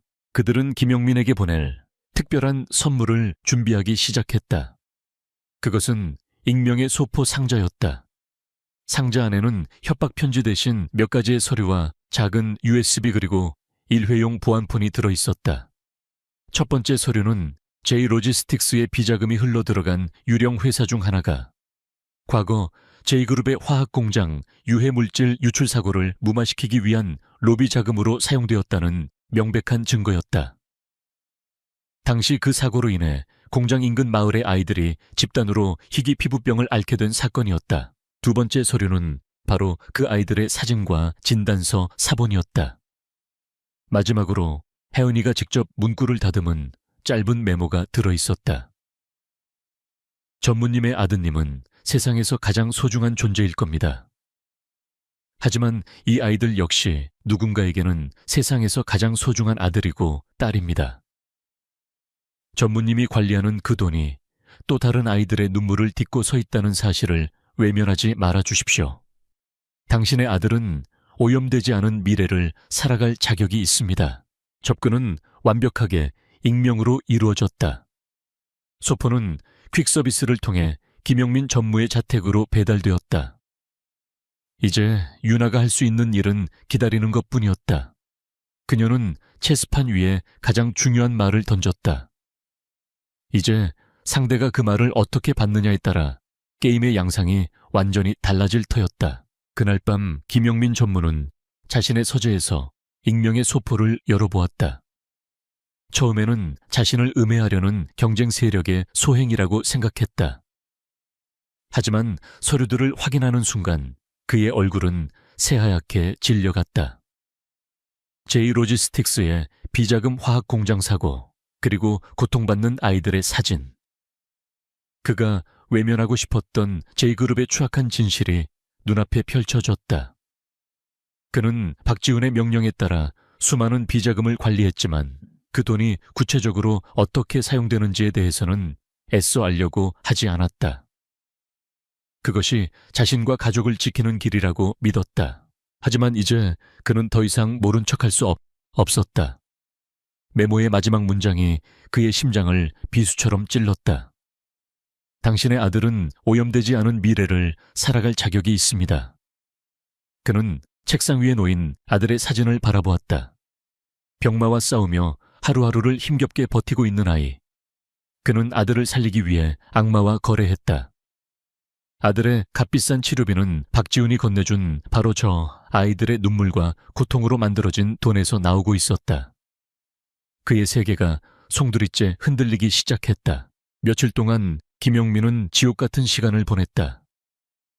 한쪽에서는 박지훈에 대한 충성심과 아들의 생명이, 다른 한쪽에서는 이제껏 그를 지탱해왔던 최소한의 양심과 도덕성이 그를 압박했다. 그는 잠을 잘 수도 음식을 넘길 수도 없었다. 그러던 중 박지훈이 그를 호출했다. 박지훈은 최근 연이은 사업 차질의 책임을 물어 또 다른 임원을 해고할 계획이니 그를 위한 퇴직 위로금을 비자금에서 준비하라고 지시했다. 그 순간 김영민은 박지훈의 얼굴에서 어떤 죄책감도 연민도 찾아볼 수 없었다. 오직 자신의 제국을 유지하기 위한 차가운 계산만이 존재할 뿐이었다. 그날 밤 김영민은 아들이 입원해 있는 병실을 찾았다. 창백한 얼굴로 잠들어 있는 아들의 작은 손을 잡으며 그는 오랫동안 눈물을 흘렸다. 내가 과연 아들에게 떳떳한 아버지가 될 수 있을까? 아들이 나중에 모든 진실을 알게 되었을 때 나를 원망하지 않을까? 그는 결심을 굳혔다. 더 이상 아들의 생명을 담보로 비겁하게 살아갈 수는 없었다. 그는 집으로 돌아와 서재 깊숙한 곳에 숨겨두었던 소포 상자에서 일회용 보안폰을 꺼내 들었다. 떨리는 손으로 그는 전원을 켰다. 그리고 짧은 메시지 하나를 입력했다. 당신들이 누구인지는 모르겠다. 하지만 만나고 싶다. 새벽 시간 유나의 오피스텔에 놓여있던 보안폰에서 짧은 진동이 울렸다. 화면에 뜬 메시지를 확인하는 순간 유나는 길고 깊은 숨을 내쉬었다. 지난 며칠간의 초조한 기다림이 끝나는 순간이었다. 그녀는 가장 위험한 도박에서 승리했다. 적의 심장부로 들어가는 가장 비밀스러운 문을 열어젖힐 열쇠를 손에 넣은 것이다. 그녀는 즉시 답장을 보냈다. 우리는 당신의 아들이 살아갈 세상을 조금이라도 더 깨끗하게 만들고 싶은 사람들입니다. 시간과 장소를 알려주시면 찾아가겠습니다. J그룹이라는 거대한 제국의 두개, 이제 막을 수 없는 거대한 구멍이 뚫리기 시작했다. 서윤아와 김영민 전무의 첫 만남은 인적이 드문 한강의 한 공원에서 늦은 밤에 이루어졌다.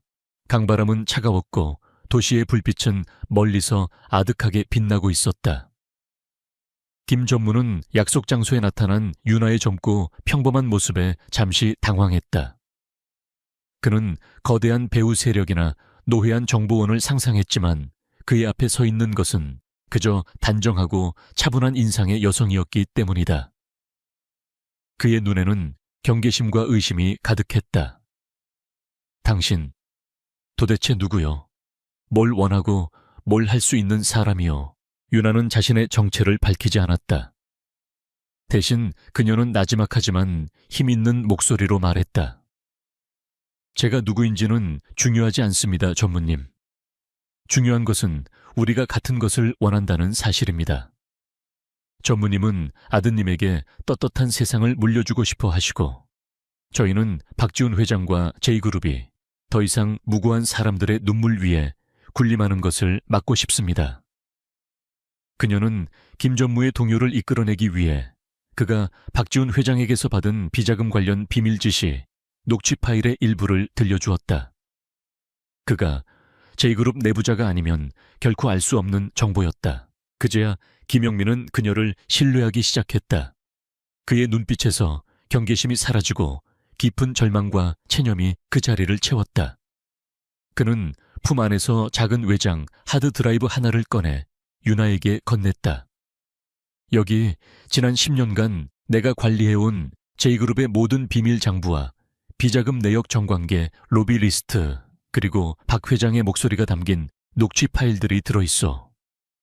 이걸로 그를 무너뜨릴 수만 있다면 내 남은 인생을 감옥에서 보내도 상관없어. 내 아들에게만큼은 더러운 돈으로 쌓아 올린 유산을 물려주고 싶지 않으니까. 그 작은 하드 드라이브는 J그룹의 심장을 파괴할 수 있는 핵폭탄과도 같았다. 오피스텔로 돌아온 유나는 아이들과 함께 그 안에 담긴 내용물을 확인했다. 하드 드라이브 안에는 그들의 상상을 초월하는 J그룹의 추악한 민낯이 고스란히 담겨 있었다. 수조 원에 달하는 비자금의 흐름, 불법 정치자금 경쟁사 사찰 여론 조작, 그리고 그 모든 것을 정점에서 지시하는 박지훈의 냉혹한 목소리까지. 이것은 단순한 기업 비리를 넘어 대한민국 사회 전체를 좀먹는 거대한 악의 실체였다. 이제 그들에게는 돌이킬 수 없는 가장 강력한 무기가 주어졌다. 이제 마지막 무대를 준비해야 할 때가 왔어. 유나는 아이들을 바라보며 말했다. 그녀의 목소리는 비장했지만 흔들림은 없었다. 우리는 이 증거들을 가장 효과적으로 터뜨려야 해. 박지훈이 가장 높이 올라가 있는 순간 가장 많은 사람들이 그를 주목하고 있는 순간에 그의 가면을 벗겨내야만 해. 그녀는 이미 결전의 장소를 마음속에 정해두고 있었다. 며칠 뒤에 열릴 J그룹의 글로벌 기술 파트너십 발표 기자회견장. 전 세계의 언론과 투자자들이 모이는 박지훈의 성공과 야망이 정점에 달하는 바로 그 자리였다. 그녀의 계획을 들은 하준이의 눈이 반짝였다. 최고의 무대네요. 그가 가장 방심하고 가장 오만해져 있을 테니까요. 기술적으로 완벽한 기습이 가능해요. 하준이는 즉시 마지막 작전의 설계를 시작했다. 그는 이 작전에 데이터 캐스케이드, 즉 데이터 폭포라는 이름을 붙였다. 이것은 단순한 데이터 유출이 아니었다. 박지훈의 제국을 단 한순간에 사회적으로 매장시키기 위한 치밀하게 계산된 디지털 폭격이었다. 하준이는 며칠 밤을 새워 코딩에 몰두했다. 그의 손끝에서 탄생한 데이터 캐스케이드 시스템은 특정 신호를 기점으로 여러 가지 공격을 동시에 실행하도록 설계되었다. 첫째, 김용민에게서 받은 모든 증거 자료를 암호화된 패키지로 만들어 대한민국 검찰국세청 공정거래위원회는 물론 뉴욕타임스, BBC 같은 전 세계 주요 언론사 수백 곳에 동시에 전송한다. 둘째, 기자회견장의 내부 네트워크에 미리 심어둔 백도어를 통해 발표용 대형 스크린을 장악하고 박지훈의 화려한 프레젠테이션 화면 대신 비자금 장부와 로비 리스트를 실시간으로 송출한다. 마지막으로 그 어떤 외부 압력으로도 삭제하거나 통제할 수 없는 분산형 서버에 모든 증거를 업로드한 웹사이트를 개설하고 그 링크를 SNS를 통해 전 세계로 퍼뜨린다. 박지훈이 손을 쓸 틈도 없이 단 몇 분 만에 J그룹의 모든 비리를 세상 모든 사람이 알게 만드는 것. 그것이 하준이가 설계한 마지막 일격의 전모였다. 이것은 7살 아이가 만들었다고는 도저히 믿을 수 없는 천재적인 해커의 완벽한 범죄 계획이었다. 이제 그 모든 것을 작동시킬 단 하나의 방가쇠가 필요했다. 유나는 그 역할을 아이들에게 맡기기로 했다. 혜연이는 엄마와 함께 박지훈의 허를 찌를 단 한마디의 질문을 만들기 위해 고심했다. 질문은 아이의 입에서 나올 만큼 순수하게 들려야 했지만 그 내용은 J그룹의 가장 치명적인 비밀과 연결되어 있어야만 했다. 수많은 고민 끝에 그들은 프로젝트 피닉스 불사조와 관련된 김용민 전무가 제공한 자료 속에서 가장 결정적인 한 줄을 찾아냈다. 하연이는 하준이와 함께 수없이 그 장면을 연습했다. 기자회견장에 나타나는 법, 박지훈에게 다가가는 법, 그리고 떨지 않고 질문을 던지는 법. 넌 할 수 있지, 하준아. 혜은이가 묻자 하준이는 말없이 고개를 끄덕였다. 아이는 말이 없는 대신 동생의 손을 꼭 잡아주었다. 두 아이는 서로의 두려움을 의지하며 마지막 결전을 준비하고 있었다. 유나는 그런 아이들의 모습을 가슴 아프게 하지만 자랑스럽게 지켜보았다. 이 아이들에게 너무나도 가혹한 짐을 지우는 것 같아 미안했지만 이것이 아이들의 미래를 지키는 유일한 길임을 그녀는 알고 있었다. 기자회견 전날 밤 모든 준비는 끝났다. 하준이의 데이터 캐스케이드 시스템은 발사 준비를 마친 미사일처럼 조용히 대기하고 있었다. 혜은이와 하준이는 자신들의 역할을 완벽하게 숙지했다. 유나는 오라클 애널리틱스의 이름으로 받은 초청장과 아이들을 위해 위조한 출입증을 확인했다. 모든 것이 계획대로였다. 오피스텔 창밖으로 저 멀리 강남의 J그룹 타워가 오만한 불빛을 뿜어내고 있었다. 내일 저녁이면 저 불빛은 온 세상의 조롱과 분노 속에서 초라하게 꺼져버리게 될 터였다. 유나는 잠든 아이들의 얼굴을 가만히 쓰다듬었다. 7년 전 모든 것을 잃고 이 아이들을 지키기 위해 도망쳤던 그 밤이 떠올랐다. 길고 긴 어둠의 터널이었다. 하지만 이제 그 터널의 끝이 보이기 시작했다. 그녀는 복수를 위해 싸우는 것이 아니었다. 빼앗겼던 자신과 아이들의 삶을 되찾기 위해 싸우는 것이었다. 그녀는 아이들의 이마에 조용히 입을 맞추었다. 미안해, 그리고 사랑한다, 나의 아가들아. 내일이면 모든 것이 끝날 거야. 그녀의 눈에서는 뜨거운 눈물이 흘러내렸다. 그것은 지난 7년간의 서름과 다가올 미래에 대한 결의가 뒤섞인 눈물이었다. 폭풍전야의 밤은 그렇게 깊어가고 있었다. 결전의 날, J그룹의 글로벌 기술 파트너십 발표가 열리는 컨퍼런스 홀은 전 세계에서 모여든 기자들과 투자자들, 그리고 정재계 인사들로 발 디딜 틈이 없었다. 행사장 내부는 J그룹의 성공 신화를 증명하듯 화려하고 웅장했다. 거대한 스크린에서는 J그룹의 미래 비전을 담은 영상이 끊임없이 흘러나왔고 사람들은 샴페인을 마시며 박지훈이 만들어낸 제국의 위용에 대해 찬사를 늘어놓았다. 그들 중 누구도 이 화려한 무대가 잠시 후 거대한 처형대로 변할 것이라고는 상상하지 못했다. 행사장 가장 뒤쪽 눈에 띄지 않는 구석에 서윤아는 서 있었다. 그녀는 마치 유령처럼 자신의 존재감을 완벽하게 지운 채 무대 위를 주시하고 있었다.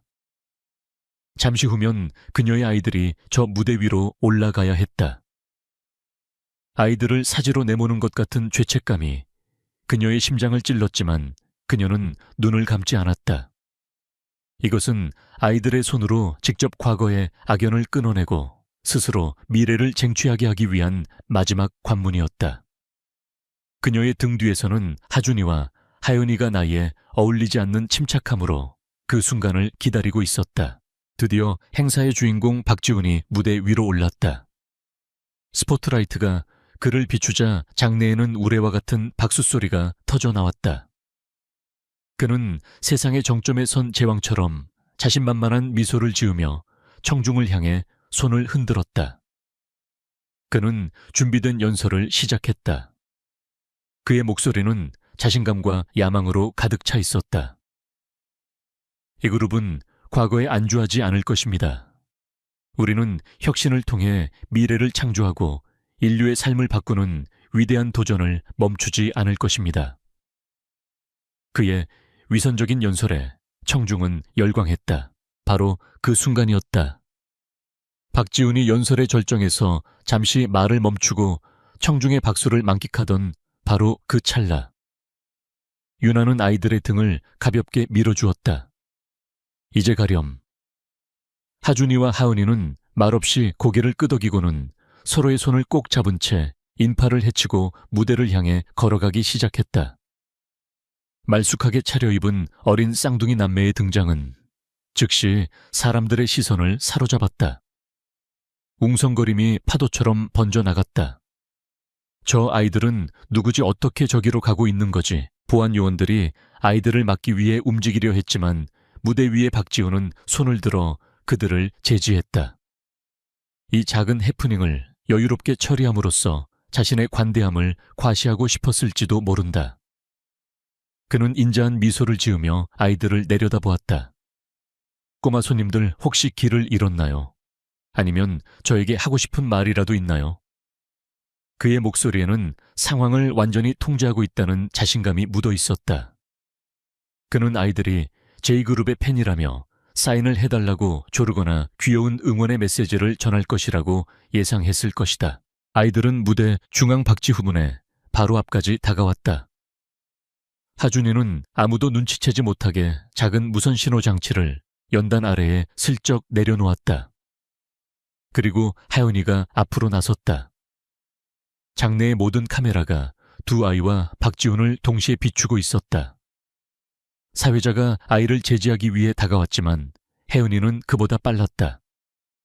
아이는 연단에 놓여있던 마이크 하나를 집어들었다.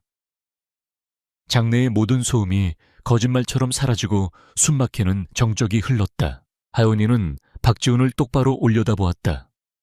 아이의 맑은 눈동자에는 두려움이나 망설임이 없었다. 오직 차가운 결의만이 담겨 있었다. 그리고 아이는 온 세상이 들을 수 있도록 맑고 또렷한 목소리로 질문을 던졌다. 박지훈 회장님, 여쭤볼 것이 있습니다.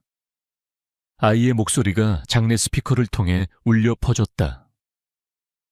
혹시 프로젝트 피닉스의 기밀 자료에 접근하기 위한 암호가 7년 전 서진병원에서 회장님이 직접 제거하라고 명령하셨던 쌍둥이의 생년 월일이 맞습니까?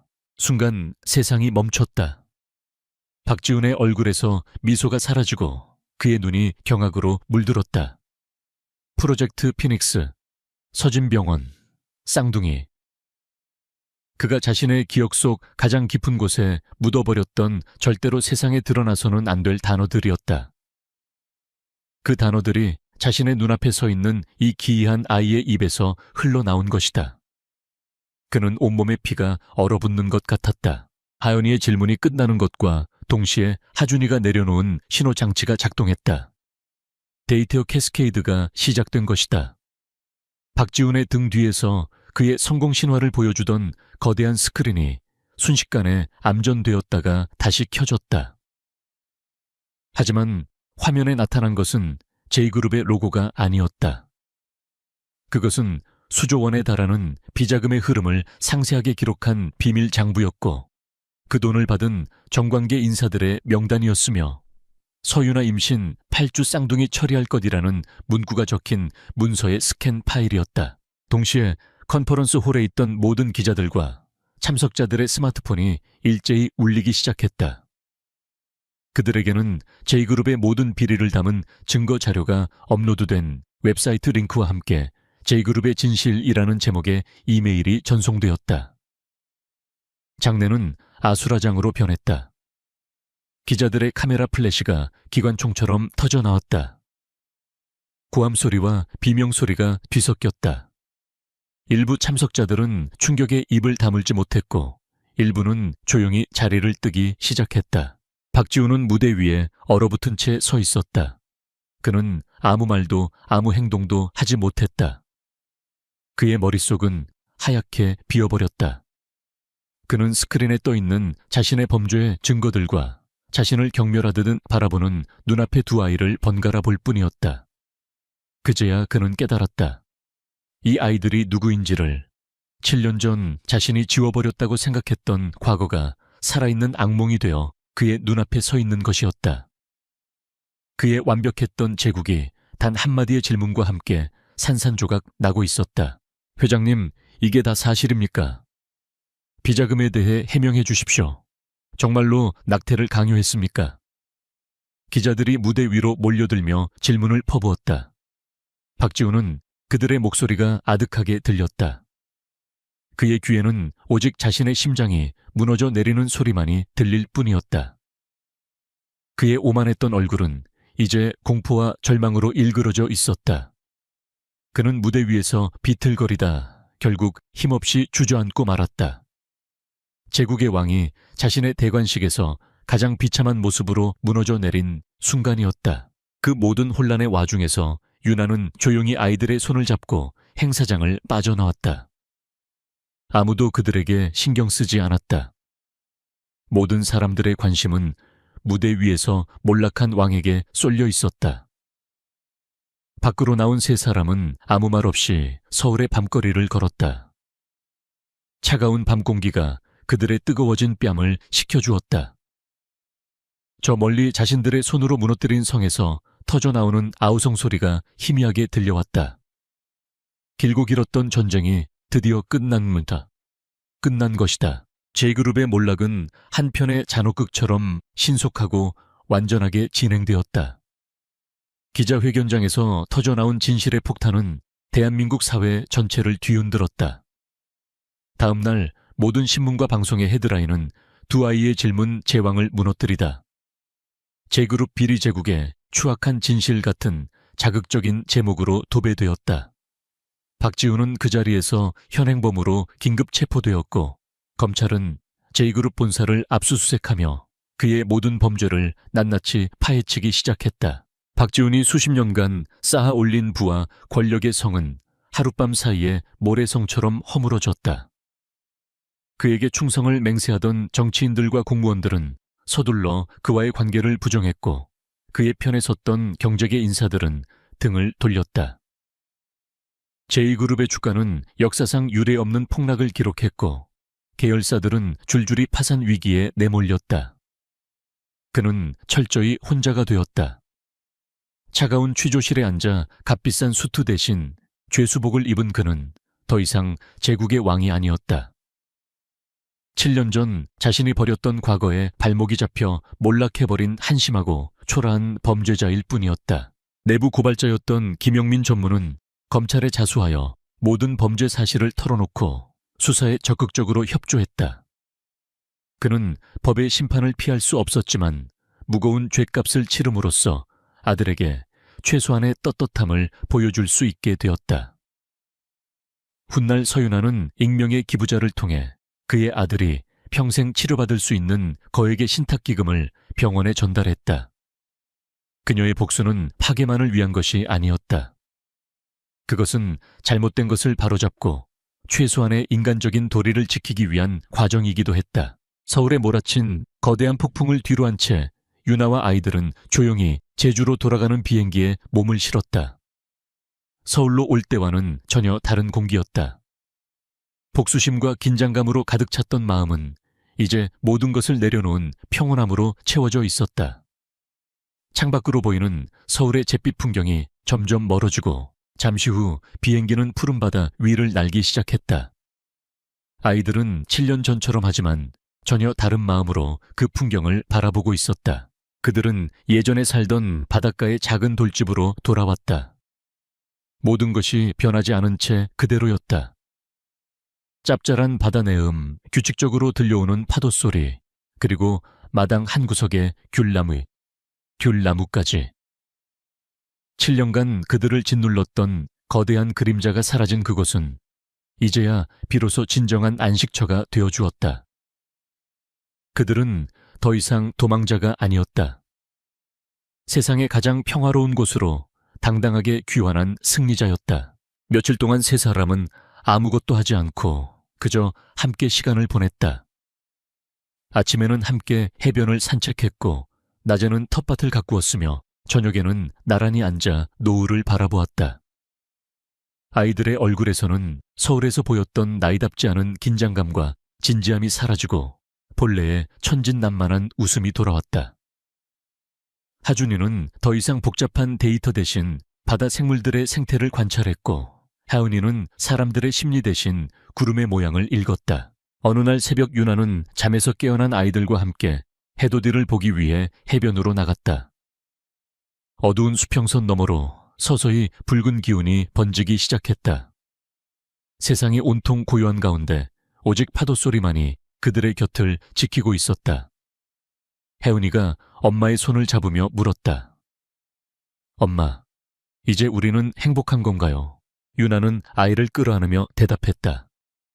글쎄, 행복이 뭔지는 엄마도 잘 모르겠어. 하지만 한 가지는 확실해. 우리는 이제 자유로워졌다는 거. 더 이상 누구에게도 쫓기지 않고 아무것도 두려워하지 않으면서 우리가 원하는 삶을 마음껏 살아갈 수 있게 된 거야. 행복은 아마 그 자유 속에서 우리가 직접 만들어 나가는 거겠지. 그녀의 목소리는 새벽 바다처럼 잔잔하고 평화로웠다. 그때 말없이 수평선을 바라보던 하준이가 입을 열었다. 태양이 뜨는데 걸리는 시간은 지구의 자전 속도 때문에 항상 일정해요. 어제가 아무리 어두웠어도 내일 아침에 태양은 반드시 정해진 시간에 떠오르게 되어 있어요. 어쩌면 우리에게도 새로운 아침이 온 것뿐이에요. 아주 당연한 정해진 순서에 따라서요. 아들의 이과적인 위로에 유나와 하은이는 동시에 웃음을 터뜨렸다. 마침내 수평선 위로 장엄한 태양이 솟아올랐다. 새벽의 어둠을 완전히 걷어내며 세상은 따뜻한 황금빛으로 물들기 시작했다. 세 사람은 눈부신 빛을 향해 나란히 서서 새로운 세상의 시작을 온몸으로 맞이했다. 그들의 등 뒤로 길게 드리워졌던 과거의 그림자는 새로운 아침의 빛 속으로 완전히 녹아 사라지고 있었다. 박지훈의 인정이나 사과 혹은 그의 막대한 재산 따위는 더 이상 그들에게 필요 없었다. 그들은 스스로의 힘으로 공정함을 쟁취했고 가장 소중한 서로를 지켜냈다. 그리고 그들에게는 돈으로 살 수 없는 가장 완벽한 미래가 주어졌다. 그것은 바로 사랑하는 가족과 함께 맞이하는 평범하고도 찬란한 아침이었다.